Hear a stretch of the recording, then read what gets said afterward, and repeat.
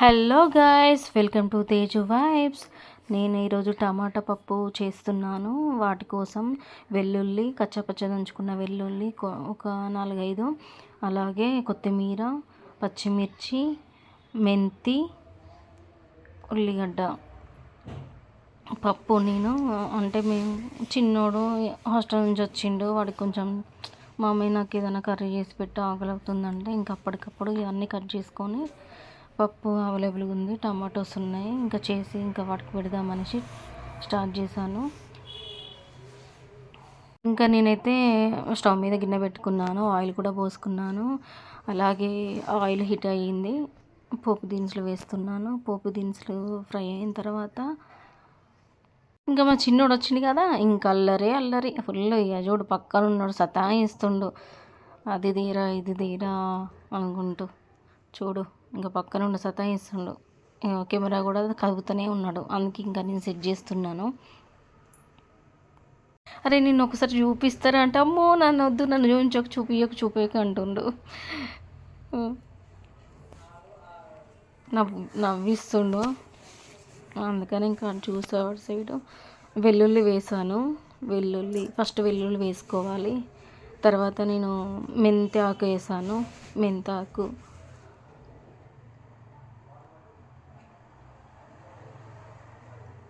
మెంతాకు కొంచెం అందులో ఆయిల్లో ఫ్రై అవ్వాలి. ఫ్రై అయితే బాగుంటుంది. అందులో నేను మిర్చిను, వెల్లుల్లి ఉల్లిగడ్డ కూడా వేసాను. ఉల్లిగడ్డ, పచ్చిమిర్చి వేసాను. అవి ఇంకా ఫ్రై అవ్వాలి. మంచిగా ఫ్రై అయిన తర్వాత అల్లం వెల్లుల్లి అయిపోయింది. ఇంకా చిన్నోడిని అల్లం వెల్లుల్లి తీసుకురారా అని వాడికి చెప్పాను, తీసుకొస్తుండు, వెయిట్ చేస్తున్నాను. కానీ అంటే పిల్లలు హాస్టల్లో ఉంటే అసలు ఉండాలంటే ఇంట్లో అస్సలు ఉండలేమండి. కానీ ఇంకా తప్పదు, వాళ్ళ స్టడీ పరంగా తప్పదు కాబట్టి ఇంకా అంతే. అల్లం వెల్లుల్లి పేస్ట్ వేసానండి. అల్లం వెల్లుల్లి పేస్ట్ వేసి, అల్లం వెల్లుల్లి పేస్ట్ కూడా మంచిగా ఫ్రై అవ్వాలి. అలా నేను ఇందులో మెంతి ఆకు వేసుకుంటా కదా పప్పులో, ఆ మెంతి అనేది ఫ్రై అయితే మంచిగా చాలా బాగుంటుంది, ఆ ఫ్లేవర్ బాగా వస్తుంది. అయితే నేను వెల్లుల్లి దంచి వేసాను కదా పప్పులో. మామూలుగా నేను కారపప్పు వేస్తాను, పెసరపప్పు కాబట్టి కారపప్పు లాగా చేస్తాను కాబట్టి అందులో వెల్లుల్లి కూడా కచ్చపచ్చగా వేసుకొని మంచిగా పోపు వేసుకొని వండుకుంటే అది మంచి టేస్ట్ బాగుంటుంది, చాలా బాగుంటుంది టేస్ట్. అయితే నేనైతే ఇలా చేస్తాను. అన్నీ ఫ్రై అయ్యాయి కదా, ఆనియన్స్, మిర్చి అన్నీ ఫ్రై అయిన తర్వాత నేను అది పప్పు వేసాను. పప్పు కూడా ఫ్రై అవ్వాలి, కొంచెం పచ్చివాసన పోవాలి కదా పెసరపప్పు, అందుకని పచ్చివాసన పోయే వరకు నేను ఫ్రై చేసుకున్నాను. అందులోనే కొంచెం నేను కరివేపాకును, కొత్తిమీర కొంచెం వేసాను. అది మీకు స్కిప్ అయింది అనుకుంటా, చూడలేదు.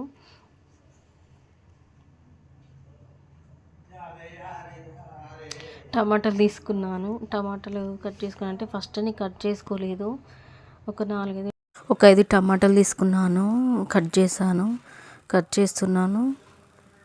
టమాటాలు కొంచెం నేను పొడవుగా కట్ చేసుకున్నాను, ఎందుకంటే అవి తొందరగా కుక్ అయిపోతాయి టమాటాలు. అంటే నేను తీసుకునేవి కొంచెం పల్చగా, తోలు మందంగా ఉన్నవి, కొంచెం గట్టిగా ఉన్నవి తీసుకుంటే అవి కొంచెం ఉడకవు. నేను తీసుకొచ్చిన టమాటాలు అయితే ఇంకా టమాటాలో పొర ఉంటుంది కదా పైన, పల్చగా ఉంటుంది కదా, అలాంటి టమాటాలు నేను తీసుకుంటాను. అందుకని నేను ఇట్లా చిన్నగా కాకుండా పొడవుగా కట్ చేసుకుంటున్నాను టమాటా ముక్కలు. చెప్పాను కదా మా చిన్నోడు వచ్చాడని, పాపం వాడికి దగ్గు, జలుబు, ఫీవరిష్ ఉంది. మేడం కాల్ చేసి, బాబు అసలు హెల్త్ బాగాలేదు, మీరు వచ్చి తీసుకెళ్ళండి అని చెప్పగానే ఇంకా నేను వెళ్ళి చిన్నోని తీసుకొని వచ్చాను.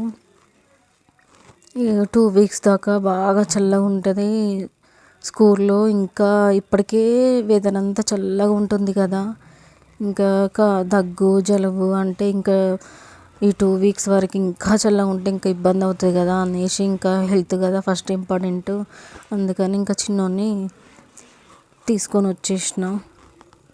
ఇంకా వాడికి నోరు అంత టేస్ట్ లేదు మమ్మీ నాకు అంటే ఆల్రెడీ నేను టమాటా చట్నీ చేసా రోటి పచ్చలాగా చేసి పెట్టా, కాకపోతే ఇంకా వానికి ఫ్రెష్గా వండుదామనేసి టమాటా పప్పు చేస్తారు మరి చిన్న అని అంటే చేయి మమ్మీ నాకు అనేసి వాడంటే ఇంకా నేను టమాటా పప్పు ప్రిపేర్ చేస్తున్నాను. మనకు అన్నీ అనుకున్నట్టు జీవితంలో జరగవు కదండి. ఏదో మనం అనుకున్నట్టు అన్నీ జరిగిపోతే మనం దేవుళ్ళం అవుతాం కదా. అలా అని మనకు అన్నీ అనుకున్నట్టు జరగవు కదా. తానోటి తలుస్తే దైవం ఒకటి తలుస్తుంది అంటారు కదా. కొన్ని కొన్ని అంతేనండి, తప్పవు. ఏదున్నా చేసుకుంటూ వెళ్ళిపోవడమే. ఏది చేసినా మన పిల్లల కోసమే కదండి, అంతే. ఇంకా పసుపు వేసానండి, ఇంకా పసుపు వేసి ఫ్రై చేస్తున్నాను. అందులో పసుపు వేసి ఇంకా కలుపుతున్నాను. అలాగే టమాటాలు కూడా కట్ చేసేసాను, అయిపోయింది. ఇంకా టమాటా ముక్కలు కూడా అందులో వేసేసుకోవాలండి. టమాటాల ముక్కలు వేసేసాను, ఒక 2 మినిట్స్ ఫ్రై చేశానండి. ఫ్రై చేసిన తర్వాత ఇలా ఉంది, ఇలా ఫ్రై అవ్వాలండి. ఒక 2 మినిట్స్ అట్లా ఫ్రై అయిన తర్వాత అప్పుడు మనకు కావాల్సినంత వాటర్ పోసుకోవాలి.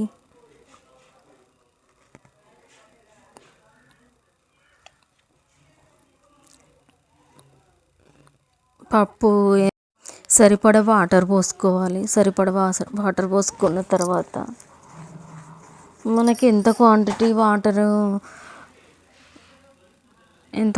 కావాలో అంత క్వాంటిటీ వాటర్ పోసుకోవాలి. చూడండి ఇలా ఉంది. నేనైతే కొన్ని పోసుకున్నాను. పప్పు ఉడికేంతవరకు ఎంత మునిగాలో అంత పోసాను వాటరు.